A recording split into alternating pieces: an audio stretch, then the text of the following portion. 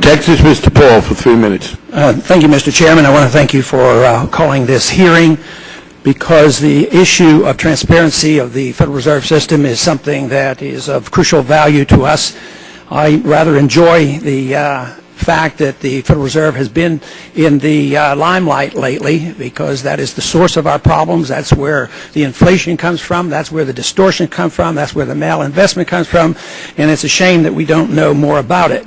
But I don't blame the chairman of the Federal Reserve System for this, because it's already been quoted that 13.3 is in the law. So a lot of responsibility falls on us here in the Congress.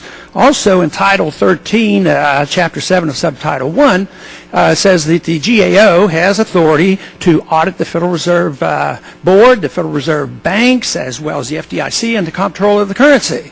Sounds good, except you go to the next paragraph and say, except for you can't audit the Federal Reserve or any of these organizations for the things that matter, such as transactions with foreign banks, transactions with foreign governments, transactions with international banking organizations. We can't have real access to knowing what's happening at the discount window in detail, as well as how reserves are used, as well as information and what really transpires at the FOMC.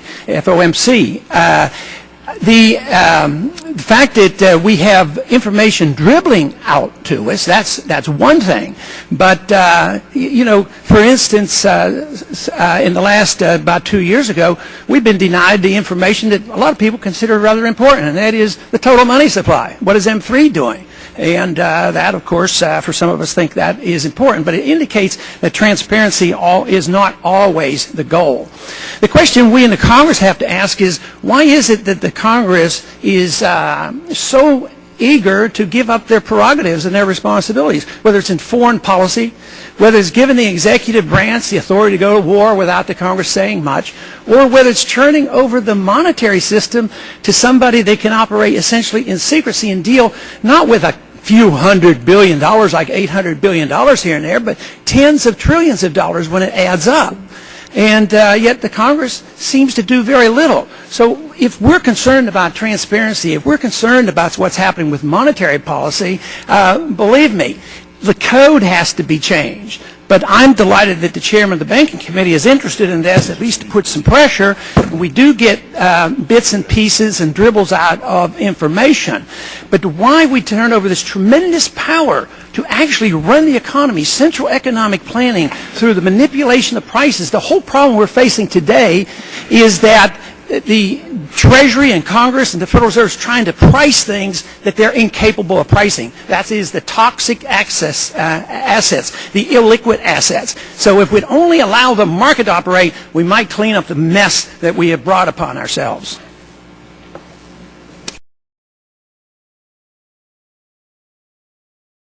Will have to come in writing. The gentleman from Texas, Mr. Paul. Thank you, Mr. Chairman.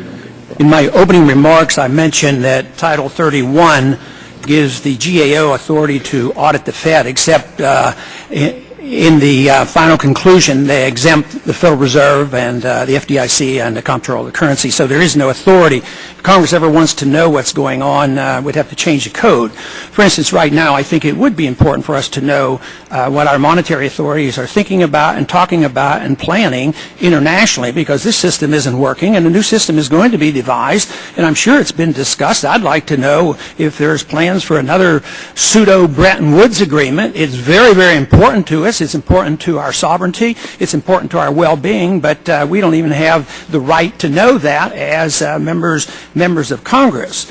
In Section 13.3, it gives you the authority, and you cite the authority, to make loans and bail out individuals, partnerships, and corporations. And it hasn't been used much, but it's there, and that, again, is congressional responsibility.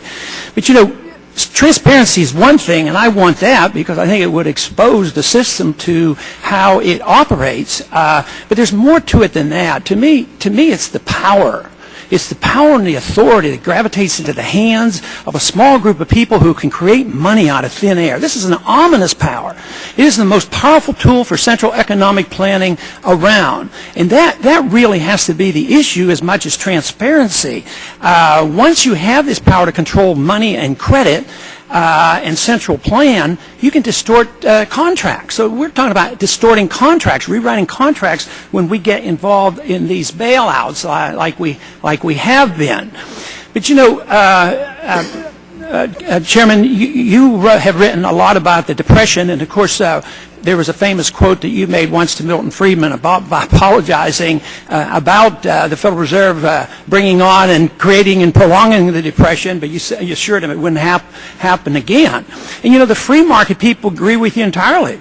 The Federal Reserve is responsible. But the irony of all this, and the key to this discussion has to be, was it too much credit in the 20s that created the conditions that demanded a recession, depression, or was it lack of credit in the Depression that caused the prolongation? And that is the debate. Obviously, the free market people say the Fed brought it on by too much credit in the beginning. But the question I have is the adjustment of real value assets. The Federal Reserve brings on these crises by interfering with the cost of money and through interest rates and the supply of money. But here we're working frantically to keep prices up. Housing prices have to be up. We have to stimulate housing. To me, from a free market perspective, we're doing exactly the opposite of what we should do. The prices of houses should drop. We have 19 million unoccupied houses. Now, why should we as in Congress stimulate housing? So what is so terribly wrong with the market dictating this? We're frantic today. We're offering a new $1.5 billion program to buy up toxic assets, and that is propping up prices. That's illiquid. They're worthless. Let's get rid of them. Get it over with. Get the pain and suffering behind us. How long are we going to be locked in this idea that we have to be involved in this price fixing? What's wrong with allowing the market to allow these prices to adjust and go down quickly so we can all go back to work again? Congressman, that was very interesting. Could I respond to a couple of points you made? First of all, on the Great Depression, Milton Friedman's view was that the cause was the failure of the Federal Reserve to avoid excessively tight monetary policy in the early 30s. That was Friedman and Schwartz's famous book. And with that lesson in mind, the Federal Reserve has reacted very aggressively to cut interest rates in this current crisis. And moreover, we've also tried to avoid the collapse of the banking system, which was another reason for the Depression in the 1930s. On prices of housing and the like, we're not trying to prop up the price of housing. What we're trying to do is get the credit markets working again so that the free market can begin to function in a normal way instead of in this seized up way in which it's currently acting. And finally, on price fixing of so-called toxic or legacy assets, the plan that Secretary Geithner described this morning would have as an important component private asset managers making purchases based on their own profit maximizing analysis. So that would be true market prices that would free up what is now a frozen market and get transactions flowing again and should restore real price discovery to those markets. But so far, every one of these suggestions over the past year was more money, more credit, more government involvement, and nothing seems to be working. Even today, the markets weren't very happy with these announcements. I think the market is still pretty powerful.